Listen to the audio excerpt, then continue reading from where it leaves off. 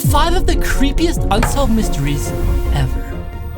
Kevin Wynn, who was 25 at the time, went missing in the early hours of December 9th, 2018. His family said he was kicked out of a bar called the Brass Rail on Broadway after an altercation, and that's the last they've seen or heard from him. Family, friends, and strangers have been hoping to find him or hear from him ever since.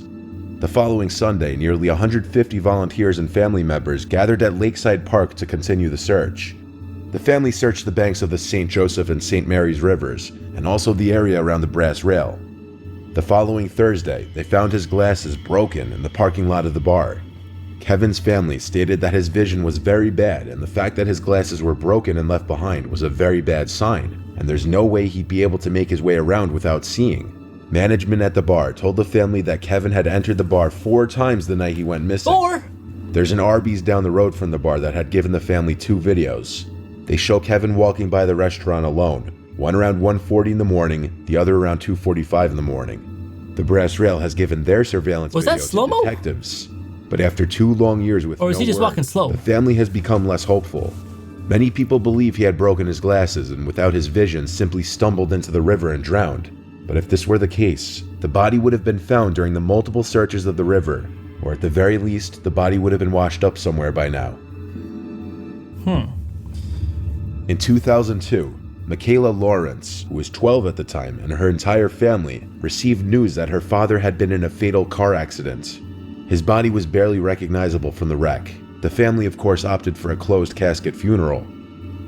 A few weeks after the funeral, things started appearing in the mailbox of the Lawrence household, small packages with Michaela's name written on them. The packages would come once every few weeks. The first package was a small knick-knack type item. It was a decorative model glow-up Big Ben clock statue. It was a familiar piece that Michaela's mother recognized from the house somewhere. A few weeks later, another package came. This package contained an old antique stopwatch from the 50s. It didn't work anymore, but once again, it looked familiar to Michaela's mother. None of the packages said who they were from or where they came from. A few more weeks later, so these are all items that were in their house. On Michaela's 13th birthday, a card in an envelope ended up in the mailbox, and written on it was Michaela's name again. The card was a happy birthday card, but once again, the mother recognized this card and the handwriting was familiar. It was the handwriting of her thought-to-be deceased husband, but it was a card that the couple had given to their daughter years ago, and it was signed Love, Mom, and Dad. This confirmed her suspicions that the items that had been arriving in the mail were possessions from the house, those of her husband's. She tried to check the safe in the bedroom closet to see if anything was missing, but mysteriously the safe combination no longer seemed to work no matter how many times she tried. I'm getting the chills from this one. She tried going to the police about the packages at her house, but police couldn't do anything except advise to install some kind of security system. To this day, it's not known who sent the packages or how whoever sent them got a hold of them. I'm getting the... That's creepy. Imagine how... Okay, so her daughter died and her husband is supposedly dead. Imagine how, sad and scary that would be to just keep receiving items to her daughter. Items that are in the house but are not in the house. And then get a note from her husband's handwriting. Someone's gotta be sick to be messing with her if it's not her husband. Leaves disappeared on June 20th, 2006 from the town Paderborn in Germany. Her body was found almost 4 months later on October 4th, 2006. The circumstances of her disappearance are mysterious, especially since she's believed to have made contact with her friends between her disappearance and her death. 2006 was the year of the Football World Cup in Germany. Frauke met with some friends at the Old Triangle Irish pub in downtown Paderborn to watch some of the games. Her mom dropped her off at the pub around 9 p.m. During the Sweden-England match, she exchanged text messages with an acquaintance until the battery of her cell phone ran out. She then borrowed the battery of her friend, but the friend said that she returned the battery before leaving. At about 11 p.m., Frauke left the bar. It's assumed that she walked home because she was said to only have about €5 on her at that point. Her flat was about 1 mile away from the pub. Nobody knows which path she took because nobody saw her after she left the pub. Her flatmate Chris claimed that she never arrived in the flat. At 12:49 a.m., her roommate received a text from Frauke, which stated that she'd be back late. She did not appear at work the following day, and after she was not in the apartment, Frauke's mother reported her missing. Over the next few days, Frauke contacted her roommate 5 times over cell phone. The calls were usually short and during the evening hours and did not contain a lot of information about her situation. In the first calls, she hinted that she would come back soon, but answered further questions evasively or mysteriously. The last phone call was received on the evening of June 27th, while Frauke's sister was present.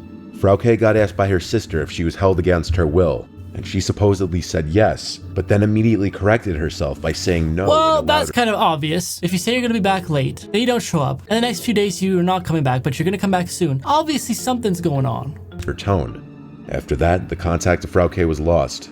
According to police, during these phone calls, Frauke's cell phone was in various industrial zones of Paderborn. The police also assumed that the calls were placed from within a car that was driven to those areas. The case was never solved. Scary. So that person who kidnapped her is still on the run. Unless they caught that person with a different case. Wheeler held many important positions throughout his lifetime. He was a chairman for the Vietnam Veterans Memorial Fund, a senior planner for Amtrak, an official of the Securities and Exchange Commission, and more. His value to his community made it much worse when Jack disappeared on December 28, 2010, after exiting an Amtrak near Wilmington, Delaware. He was later seen on December 30th at 10th and Orange Street in Wilmington. On December 31st, his body was discovered by a landfill worker as it fell onto a trash heap in the Cherry Island landfill. His death was later ruled a homicide. His death was ruled to be due to assault and blunt force trauma. It was determined that all of the stops the garbage truck had made that day involved large commercial disposal bins in Newark, a few miles from Jack's home. Prior to Jack's death, he was cited several times. On December 29th, he was cited at the Newcastle County Courthouse parking garage. He was disoriented and wearing only one shoe.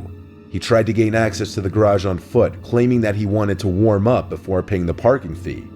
He told the attendant that his briefcase had been stolen, and he kept claiming that he wasn't intoxicated, but the attendant didn't believe him. It was later determined that his car was in a different garage. This was the last CCTV footage taken of him.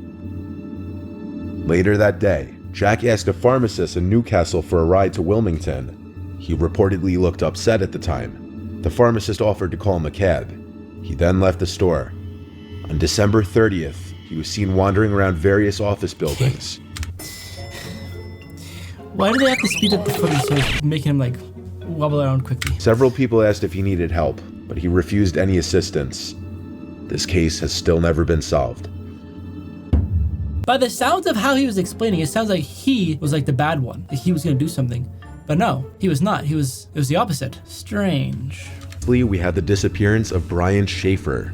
In 2006, Ohio State student Brian Schaefer went into a bar and never came out. He was out with two friends. Never came out? And they went to a bar called the Ugly Tuna Saloona. This bar had a front main entrance and a back entrance for staff and entertainment, both of which had cameras pointed at them. Around 10 p.m. that night, Brian called his girlfriend to tell her that he loved her. Soon after, Brian is seen on camera entering the bar, and then later seen stepping out of the bar to talk to two girls before going back inside. Oh. Minutes before the bar closed and they were preparing to leave, Brian told his friends he was going to talk to the band. Brian walked away out of sight and his friends waited for him, but he was never seen again. This was not a large bar, and the band does not remember talking to him. On top of it, the cameras never caught him exiting the bar. No one knows what happened to Brian after he walked away from his friends or how he left the bar. He's still in there then. Or did, for that matter.